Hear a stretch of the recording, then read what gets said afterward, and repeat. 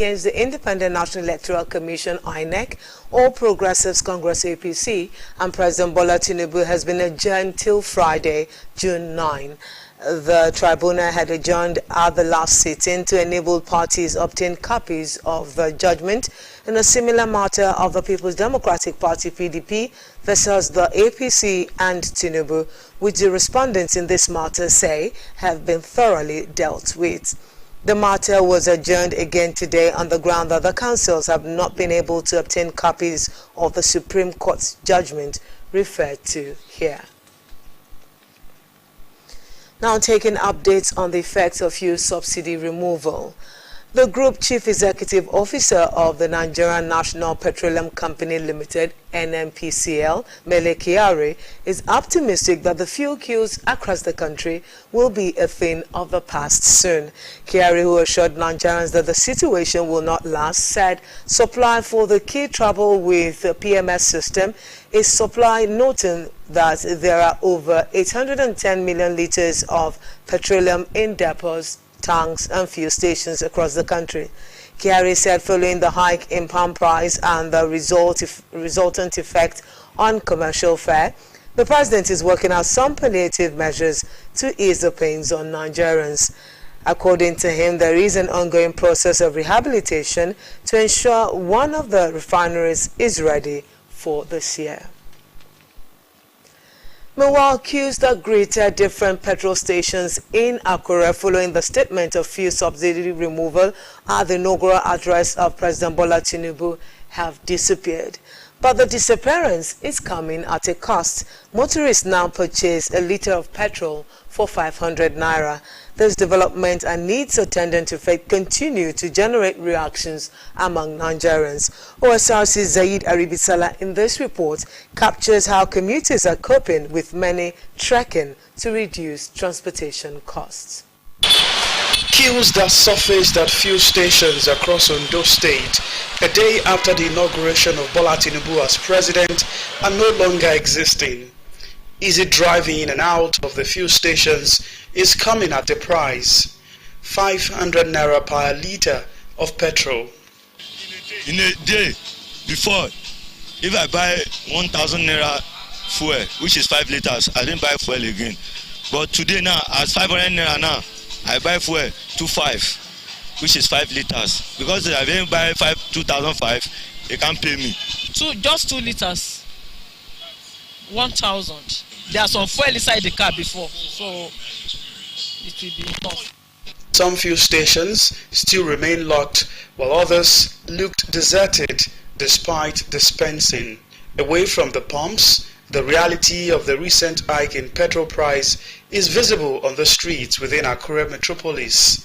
Taxi drivers paused their operations for a while to project the need for an increase of fares.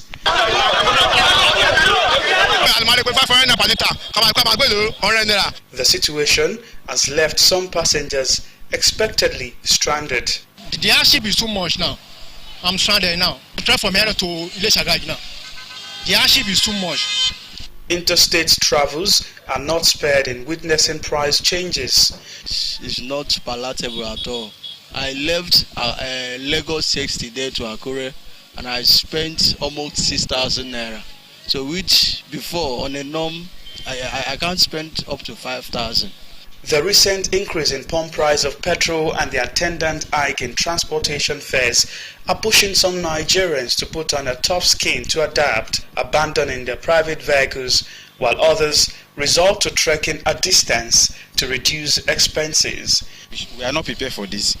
It happened accidentally, which it affects everybody. You understand? But there's nothing we can do. There's nothing. But if really that is what they are working on, I think it's the best thing to do. But for now, everybody will feel the pain. Well, it's not easy because there's hack in transportation right now.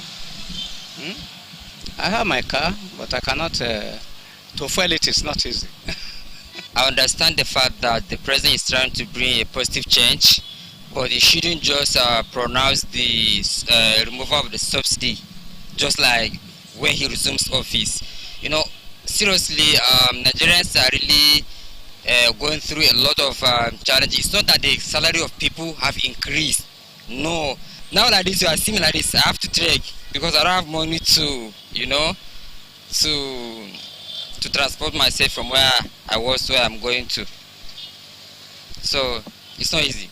The Nigerian National Petroleum Company Limited NNPCL latest template of over 200% jump in pump price of premium motor spirit across the country is receiving a backlash from some residents too.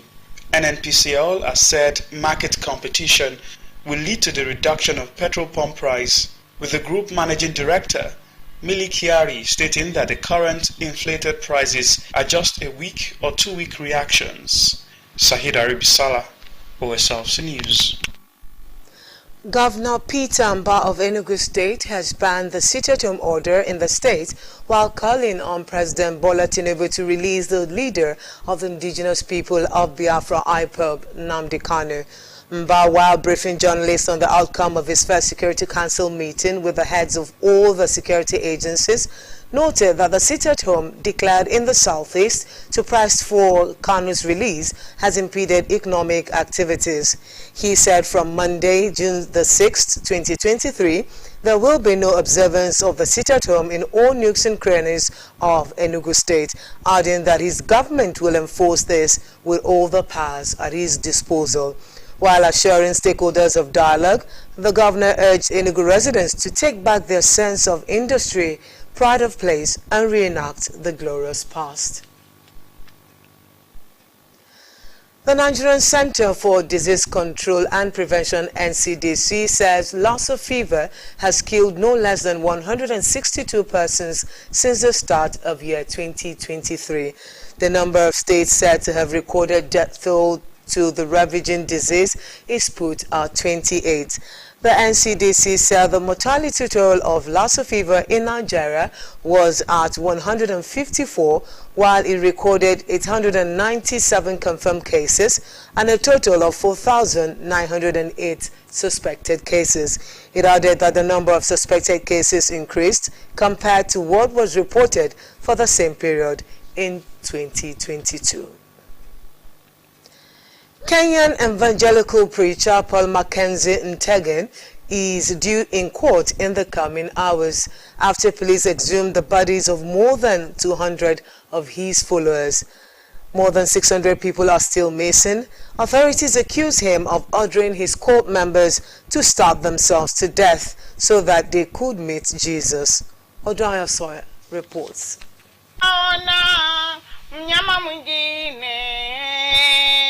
Emi Kehinde still remembers the songs about the looming end of the world that she used to sing in Pastor Paul Mackenzie's church. She grew uncomfortable when he started preaching that schools and hospitals were the work of the devil, and she left the church. Her sister and brother-in-law stayed. They went with Mackenzie to hear the remote forest settlement where he called his followers. Survivors say he ordered them to starve first their children and then themselves to get to heaven. Police have dug up more than 200 bodies, many of them children. Who are you? Amy's sister and brother-in-law were found alive and are in police custody. Amy is wondering what has happened to their 5 children, her nieces and nephews. I'm worried and I'm not 100% sure I'll see them again. If the children haven't been found by now among those rescued, maybe they're among those being exhumed. We don't know. We're waiting for the DNA results. Mackenzie has been arrested several times and then released. Many people say he was paying off the police. About 2 months ago, he was finally detained at the police station in the town of Malindi. The officers who previously released him have since been transferred. He is being held there while the police have started exhuming the bodies of his followers. Melindi's morgue has been filled twice over. The government has launched a commission of inquiry to find out what happened and is talking about regulating preachers. Pathologists have just completed a second round of post-mortems. We've done a total of 43 bodies, and from what we saw, most of them were males, and most of them are also adults. People working at the site say hundreds more bodies are still buried in the ground and some appear to not be from here. Investigators say other people outside the cult may have been involved.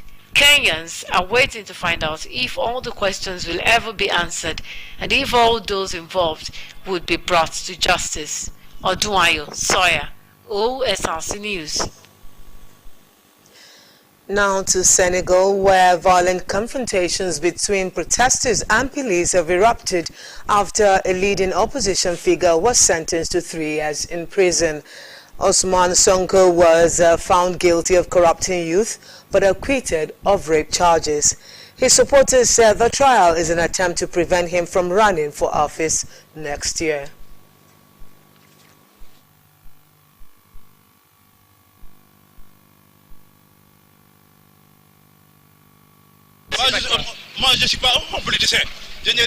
I want nothing to do with politics. I don't even like politics. I'm not a politician. I'm just a laborer working in a private company since 2017, and I have never witnessed such violence. I am shocked to see the police behave like this. Yes, I'm scared. I'm so scared.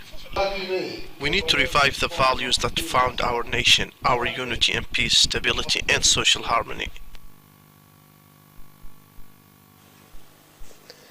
The United States Senate has voted to approve a deal to suspend the country's borrowing limit, averting a default on the national debt.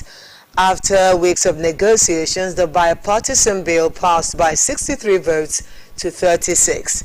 The $31.4 trillion debt ceiling will now be lifted once President Joe Biden signs the legislation into law. The bill is passed. Now, Democrats are feeling very good tonight. We've saved the country from the scourge of default, even though there were some on the other side who wanted default, wanted to lead us to default. We may be a little tired, but we did it. To the American military, who is underfunded because of this bill, help is on the way. I'm not going to vote for a bill which will cut programs for nutrition, for housing, for health care, for education, and not ask the richest people in this country to pay their fair share of taxes.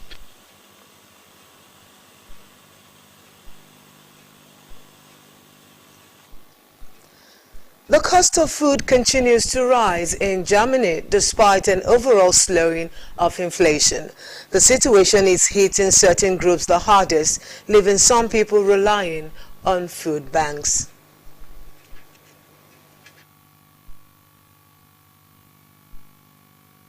Und da sind wir dann so bei 100, 120 Haushalten gewesen. We were serving 100 to 120 households until the Ukraine war broke out. And now we're at 200. But we managed to get everyone who comes here a fruit and vegetable bag, and meat, yogurt, vegetarian things, everything that we can collect. Ich arbeite hier Charité. I work here at the Charité Hospital as a team leader, but still I'm not getting any pay rises or anything like that. I can't spend anything on myself, but of course I have to work to cover all my outgoings. You have to survive somehow. Wage growth is set to fall short of inflation again this year, while a significant recovery of real wages is expected to take place next year. Corporate profit margins have been on the rise since 2021, providing a potential buffer for the absorption of wage increases. Ukrainian President Volodymyr Zelensky has joined the leaders of 47 countries for the European Political Community Summit. It is a show of support for Ukraine in the face of Russia's invasion and comes as attacks in Kiev have intensified in recent weeks. For Zelensky, joining the NATO military alliance was top of the agenda. A word that brings us all together in our strong desire to restore peace on our continent. But we can do so much more together. We need peace. We need just peace. That is why every European country that borders Russia and that does not want Russia to tear it apart should be a full member of the EU and NATO. Today we have shown our strength and unity at a time when the stability of our continent is under threat.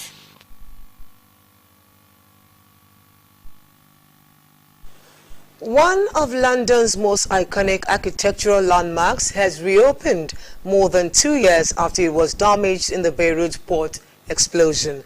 The Osrc Museum has been described as a symbol of hope in the country facing many crises. But the museum's director said that its restoration was a difficult journey in a country with an economy that has all but collapsed. Kemisola Jomo reports. It is one of Beirut's historical landmarks, the Osrc Museum. It has been part of the country's history and among the victims of its dark chapters. 3 years ago, much of the building was destroyed. Less than a kilometer away, an explosion at the ports leveled neighborhoods across the city. The 19th century palace has now been put back together. Most of the art collections are back on display. Among them, a portrait of Nicholas Osrc, the man who turned his residence into this museum after his death. Registration work cost $2 million, money donated by the international community. We were able to face death and win. But yes, now we have many battles. Like many Lebanese, we face a battle to survive in this economic crisis. The second battle is about fundraising because we have no banking system that is working properly. And locally, the fundings are really very rare. Kamahilu is the museum's director. She says it was a difficult journey in a country where a nearly bankrupt state can't provide basic services like electricity. It has been a difficult past as well, and it is reflected well. Whether it was the civil, foreign invasions in the blast at the part that was believed to have been caused by ammonium nitrate. My message is to show this whole timeline of our country, of the resistance of our artists that are not only touched by the blast, but they have been resisting in a very difficult context. The blast is something that will stay forever in our memory. And unfortunately, we have not been able to recover from it because we don't know what killed us. A memorial now stands in the garden for the youngest victim. 2-year-old Isaac used to come here with his parents. Now the museum will also tell his story. Kemisola Jomo, Osrc News. A sharp increase in dengue fever infections is stretching Sri Lanka's already overburdened health service. Authorities are concentrating on eradicating breeding sites of the Aedes aegypti mosquitoes that spread the virus. But experts say this does not go far enough. People are not doing the correct thing. Still, they are keeping the ground untidy, or breeding grounds or potential breeding ground. They are not taking our advice further. The platelets are responsible for the blood clotting. So once it goes to a certain level, there is a hemorrhage and there is leaking of fluid and blood from the liver and from the lungs as well. And then you go into shock and the pressure drops and there are a lot of complications that take place. So when dengue 3 is suddenly introduced to Sri Lanka after so many years, then of course it spreads like wildfire because there's such a huge population who have not been infected.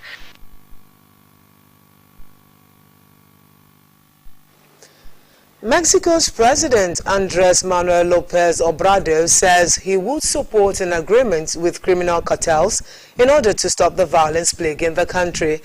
His comments come as rights activists called on the drug cartels to enter into a peace deal with the government. They want an end to what they call a spiral of violence that has led to thousands of forced disappearances. To sports now. The Flying Eagles will take on South Korea in the quarterfinals of the FIFA Under-20 World Cup. South Korea defeated Ecuador 3-2 to set up the tie with the Nigerians, who stunned host Argentina 2-0.